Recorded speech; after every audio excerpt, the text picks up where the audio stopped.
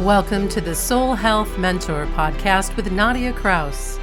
Learn how to move your awareness out of your mind and into your heart so you can embody your divinity, experience joyous peace of mind, and create your most vibrant life by opening to receive your soul's sacred medicine. Hello, beautiful soul. Hello, strong heart. Hey, brilliant listener. In this week's episode, I had the pleasure of interviewing Susan Batson, who co-created a book through her channel with the divine. This interview was truly such a great experience to have, and I know that you will enjoy it too. In Susan's and Eliora's presence, we learn about some tools to shift from fear into the experience of drinking from the well. Eliora is a pen name and a pseudonym chosen for the book Drink from the Well because it means God is my light. The divine inspired the book, this interview, and all the work of Susan Batson and Eliora. I know you're gonna love it. Enjoy! Hello, everybody. We are back at Soul Health Mentor Podcast, and today I'm really looking forward to interviewing Susan Batson, who has written a book, and there's a whole journey behind writing that book. And I'm just really looking forward to hearing that story and that journey. Hello, Susan. It's so nice to have you. Hello, thanks so much for inviting me. Yes, I am just fascinated about what I've learned about your book. And I know there's a pseudonym, that's a hard word. Pseudonym. Pseudonym. In German, you say pseudonym. So it's okay. very different. That's why I was struggling with it. And you will find the book. Tell us, what is the name of the book and what is the pseudonym? Okay, so the name of the book is Drink from the Well. And the pseudonym is Eliora, Eliora. Yes, I love that. And there's a story behind that. So let's just start there. How come you used Eliora? So going way back, I started to understand that there was another way of living my life that was much bigger and less restricted than the way I'd been living it. And it involved connecting with a quiet voice inside myself. It involved dropping down and in and listening to that quiet voice. And so that quiet voice told me, that's what I understood, that I needed to write a book and I needed to understand the role of fear in my life and the lives of everyone around me. And as I started doing this work, I realized the information, the ideas, the tools were not coming from me as Susan Batson, but coming through me, as if I was being guided, because there's no way I could have come up with this and understood all these deep, profound approaches and understandings myself and it was through the divine that I was making this journey. And so the name Eliora means connecting to the divine. And so with my husband, with my kids, with my mother and father, I'm Susan Batson. But in the work that I'm doing, I'm letting go of my ego, the roles that I'm playing, the restrictions to my life, and I'm becoming much expansive, open, and receptive. And that's as Eliora. I love that. Expansive, open, and receptive. And the tagline of Soul Health Mentor Podcast is out of your mind and into your heart. Because in our mind, we can contrive, it's this little self. I love that you shared that story, because when we let go of that little self and get open, expansive, and receptive, for me, in my language, that's dropping into my heart. But I can totally relate to what you're saying, that Eliora is that for you. And I also love that you really tune inward, and that as you're speaking, you're listening within, because we can get so distracted by outside things.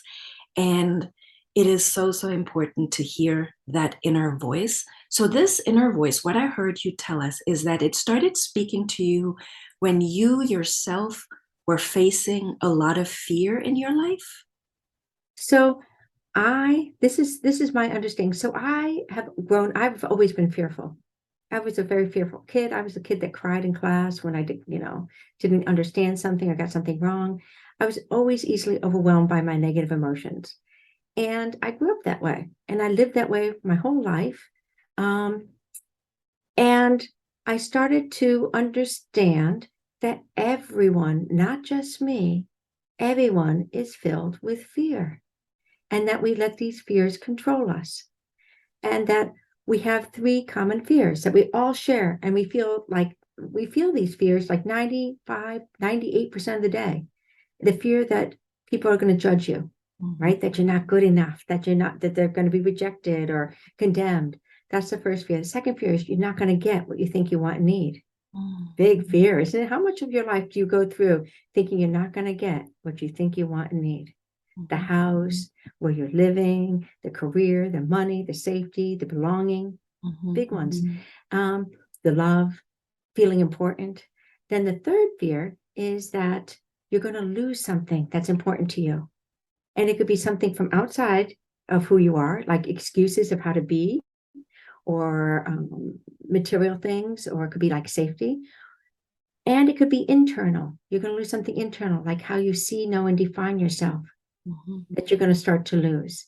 So those are basically, I call them three fears, but it's like three fears plus A and B for the last one that fill our lives. And as I began to understand that, I began to notice that when I was feeling fear, I was feeling it in my body. And I was experiencing it as tension. So if you close your eyes and you just notice how much tension are you holding in your jaw? The neck, for me, the neck. Your neck, the throat, the chest. How when you try to take a deep breath in, are you pushing against a lot of resistance? A lot of people can. Yeah, that's always a bad one for most people. And your stomach, the churning feeling in your stomach. How about your shoulders? Tension in your body is fear. And stress is fear. Anxiety is fear. All those. Every time you experience a negative emotion, it is because you are afraid. Sadness, grief, anger, jealousy are all the result of fear. So this was the first thing I discovered. Because I grew up in a family, you were not allowed to feel negative emotions. It was not allowed. And I grew up not understanding anything about my emotions, just trying to repress them. I was crying all over the place. And even as an adult, I would just turn against myself in a way because I didn't know how else to deal with negative emotions. And I discovered that if you think, this is me, I have a degree in science. If you think of it like a chemical reaction, fear and a big arrow leading to negative emotions, that there's another arrow that goes back the other direction. Okay. If you attribute your fear, your dark negative emotions to fear, they no longer need to be expressed. So if you say to yourself, let's say you're in a really bad mood, and you say, wow, I am really angry because I'm afraid, the anger diminishes and goes away. You can breathe. It's gone.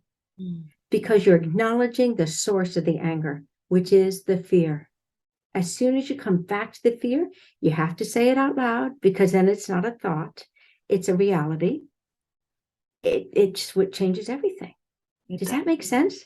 It does. And as you were speaking, I love that you're bringing it to the root cause being fear, because if we bring it to the root cause, then there's fear and then there's love.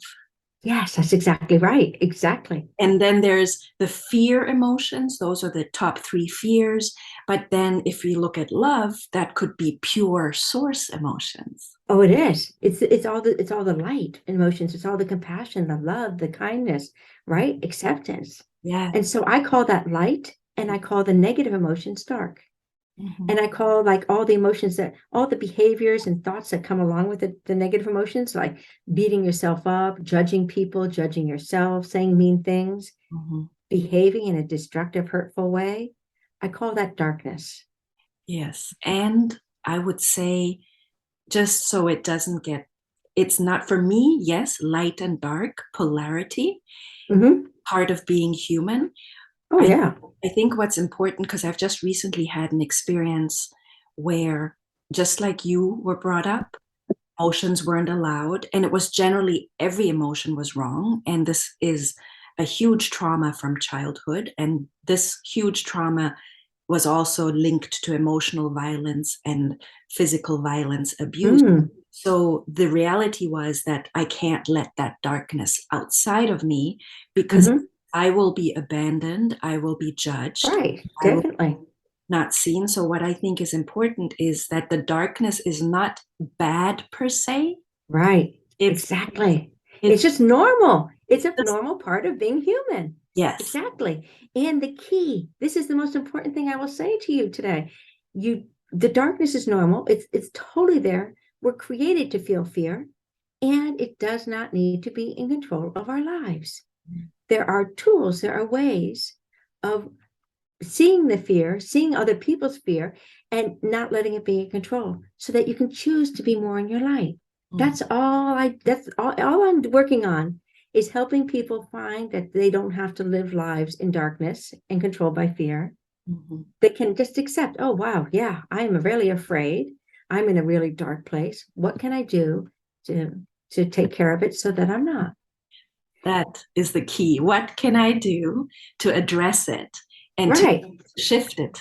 Yes. Yes, exactly. And the less judging and shaming you feel towards your darkness, the easier it is. Yes. So I have a friend once who mentioned to me, she goes, I've gotten to a point now where it's like, oh gosh, I'm feeling fear and darkness again, like I have a cold. Like there's nothing to be ashamed about. I'm just going to, take some herbs for it and deal with it.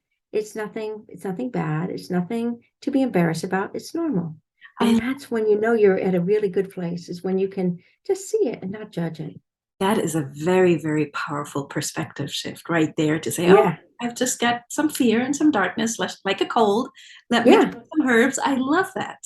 Yes. That's why we're normalizing. And I'm so grateful you are here, and that you followed your call, and that you listened to that inner voice, and that you wrote your book, and that you started working with people to help them shift out of the darkness into the light, and to know that it's okay. You're not a bad person. We all have it, all of us. And That's right. literally is that everyone has experienced some kind of wounding. I call it wounding, because being taught by your parents that negative emotions are bad is kind of wounding. It is, as a small child, you'll integrate it as, oh, I'm bad. I'm bad. Right. Of course. Yeah. I'm good because I'm thinking these emotions, but it's just emotions. It's nothing. That's right. It's humanity, right? Right. And so one of the things I learned was that if you even talk to your children when they're small, and you're like, wow, I can see you're really angry. Are you afraid that you're not going to that we have to leave the park right now? Yes. And you don't want to? And they're like, yes. Yes. Right? If you put words to their emotions and you attribute it to fear, you're helping them to understand where it's coming from. Yes. Yeah. And it's a game changer because it neutralizes it. I have a little boy that I work with who has impulsive anger. And we were talking about scenarios. I'm like, okay, you're angry. You're really so angry. You want to hit. What if you said to yourself, gosh, I'm really angry because I'm afraid that I'm not going to be able to play with the other boys, or I'm not going to be invited. He goes, the anger is gone. For me, I would experience a lot of my emotions as depression. And I could feel it in my body. It was a physical weighing down, no energy, just like moving against, like pushing a rock up a hill. As soon as I would attribute it to fear, the depression would lift and I'd be fine again. That is very powerful. So it's 3 sentences. This is how you do it. You say it out loud, because when you say it out loud, you're taking it out of your thinking and you're making it a sensory, real experience. You're bringing it into your body because you're hearing the vibration, you're saying it. You say, this is me, Susan Batson, filled with fear. This is me, Susan Batson, overwhelmed with fear. And this is me, Susan Batson, expressing my fear by feeling whatever. telling myself I can't do it, telling myself it's too hard, not wanting to get whatever. I tell them, and I just list, this is the way I am personally expressing my fear right now. And just saying it and breathing, and everything shifts. And it's like, now I have some space. Wow. It's like you're lifting the fog. You're That's right. lifting the veil. Yes. And you can actually see that's not me. That's not me. That's right. It's just my fear. Isn't that powerful? That is very powerful. And I love that you shared this tool with us, because I could feel as you were sharing it that I will be definitely using it because I could relate. I was like, say it one more time, please. Okay. So it's also in the book. Okay. So all these tools are in the book. So not to worry. Yes. All right. So this is me and your name filled with fear. This is me and your name overwhelmed with fear. And this is me and your name expressing that fear by, and you're going to put all the ways you're behaving by yelling at someone, by talking mean to yourself, by judging and condemning, by focusing on the negative, all these negative ways, all this darkness. We just need to identify it, attribute it to the fear, and it doesn't, and it no longer needs to be expressed because you're seeing and owning the fear. Wow. So this is the book, Drinking from the Well. And I can feel how that title, where as we're speaking and as we're exchanging, we're drinking from the well. That's right. Amazing. So when did you write this book? So I wrote it, it took me quite a while. So I probably should explain the way I write is I'm guided to draw. I'm not an artist, bad artist, terrible artist. Okay. And you'll see my art throughout the book because the art guided the understanding. I'd say, okay, 5 colors. These are the colors. All right, taking this color, what am I doing? And I would start to draw. And at the end of the drawing, I'd be like, wow, okay, I'm beginning to understand. It was by drawing and seeing the drawing that I began to understand what was involved, the steps, and what needed to be explained and how to create the tools. And it was because I don't think I could have done it without the drawing. It would just been too much. This is so profound. May I share a synchronicity? Yeah. In okay. What I share? Yeah. This is so profound. This is divine orchestration at its best. So what you just mentioned, you intuitively were guided to do this. And I recently was in a workshop where exactly what you shared is being taught because it needs to be taught, like using your intuition, using creativity and art to decipher messages that come from another place. Right. It's like a new thought. It's a new idea that you could never come up with because you're just circling in your old ideas. That's right. And it was a 3-day immersion. And now I'm hearing you share. Wrote your book, and I'm just blown away because it really is about bringing new thought, new ideas, new techniques into the world. And with you specifically, I love how you're going to the root cause. You were called, to address fear. And that is very, very, that right now is blowing me away. And I can relate to what you're saying. I was like, oh my gosh. So you brought through the work. That's what you channeled it. And that 3-day immersion was called Channeled Courses. And it was teaching the mystic method. Oh, okay. Well, so that's what I've been doing for Yeah. probably like the last 7 or 8 years. Yes. In total. And so, wow, that is funny. And so I've started working. I have one-on-one clients. I have groups that I work with too in classes and workshops. And I would try out some of my ideas on people and I teach them. And I was teaching the tools. And as I was doing it, I was like, okay, this has to be written down. I am terrified about writing. I'm terrified. And so it was a chance for me to actually start to learn, to see what my fears were, to sit with them and to let them go. So imagine you're carrying around a heavy sack with you, weighs 1,000 pounds, that all the fears you've been accumulating over your life. I started working through and clearing that sack out because I needed to in order to write the book. I couldn't write it with all that fear in my way. Yes. And so I developed a next tool, which was to see the fears, to understand what they were, and to let them go. And how do you let them go? So the deal is, the first step is to understand what the situation is that's triggering the fear. Okay, it could be I'm afraid to sit down and write this book and have other people read it. You have to just get connecting with that quiet voice in yourself, understanding what is it that's actually making me afraid. I'm afraid to let go of controlling. Who reads it? I don't know. There's a million fears. You understand the fear, you write it out, and then you have 3 fears to choose from, 1, 2, or 3. Okay, I'm afraid to sit down and write my book and have other people read it. Let's say that's it. And then I'm looking and I'm like, okay, it's fear number 1, because I'm afraid I will be seen, judged, and condemned. Yes. Right? And then the next step is as what? You are like as a jerk, as stupid, as naive. Okay. And I spend a little time writing down my fears. I'm afraid of losing how I see, know, and define myself as someone who hates to write, someone who can't write, someone who will never write if given an opportunity to run off and do something else, So that's me. And I wrote all this down. And then what you do is you read the fears out loud and you are breathing. I call it, there's a special type of breathing that I found extremely helpful to me. It's not that complicated. Everything I teach is very simple. And I learned how to meditate by noticing my inhale and my exhale.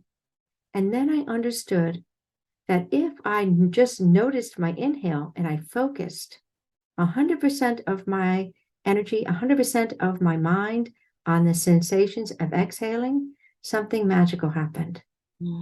Okay? Because when you focus on sensation, you drop out of your thinking mind and into your body. When you focus on exhaling, you are actually energetically letting go. Yes. So it's a combination of the two. Do you see that? Yes. You're dropping out of your thinking mind into your body. You're energetically letting go. Yes. Okay. And so if you are seeing your fears from this place, focusing on your exhale as you read these fears out loud and just sitting with each one for a moment. Wow, I'm afraid I will lose seeing, knowing, defining myself as someone who can't write. Just sitting with it for a moment, focusing on my exhale. You can energetically feel the fear, the tension drain out of your body. So it's not a thinking process. It's a body. It's a whole body. It's a subconscious. It's a deep body response. Yes. Because so many people, when I talk to them, they're like, oh, it's a logical thing. It's a thinking thing. It's not. It's a physical, in your body, meditative experience.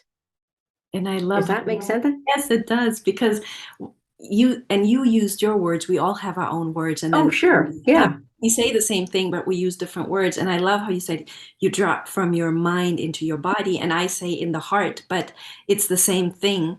And then as you said body, I realized, oh yeah, I say in the heart, but it's the same thing. And then I actually noticed myself as you were speaking, saying, okay, I'm dropping into the heart first. That's just my place where I go. But then I dropped from the heart into the womb. Oh, wow. Okay. I really landed. Then I was like, okay, now I'm in my body. Like I'm really. Yes. And then it would make sense to then be able, because you're in the body, you're able to feel the breath, and the breath connects you to your emotional body. And that's the breath work, the yoga breath work that is done. There's many different, yes, it makes sense. It makes sense. So I just wanted to explain. So the way I see the world, I see the work I do is that there's this enormous universal wisdom out there. And I have just connected to a part of it and explained it in a way that I think people can understand and connect to. It's doable. Yeah. It's not like saying never feel a bad thing about anyone ever again in your life. It's like, here are some tools so that you are not overwhelmed with fear and you don't feel like you need to think badly of your neighbor, right? Yes. It's giving people but it's what I'm doing is it's just based on universal wisdom, which right, all teachers, all religions are based on universal wisdom. Yeah. And this is just my connecting and explaining it in a slightly different way that I think is more user friendly. I love that you said that it's more user friendly because it feels very, I love that it's so simple because there's such power in simplicity. And for Mm, me, it actually is the experience of complexity taking us away and creating more fear. So, that's right. so the simplicity is just, it really helps you anchor. And then I also feel that universal wisdom for me is a more friendly way of putting it because there is unfortunately a lot of religious dogma and a lot of religious wounding.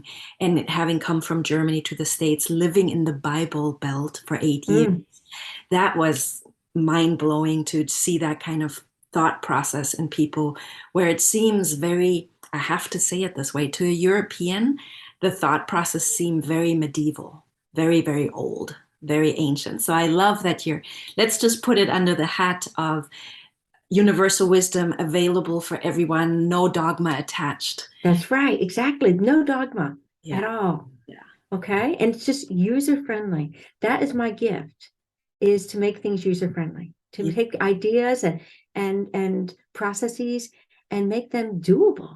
yes.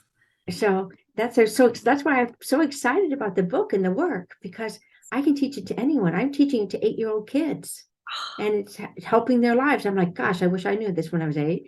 But This is wonderful because when you're teaching it to 8-year-old kids, they are going to grow up to be healthy human beings and they don't have to turn 45 and be diagnosed with CPTSD or PTSD because of certain traumas that were right. happening.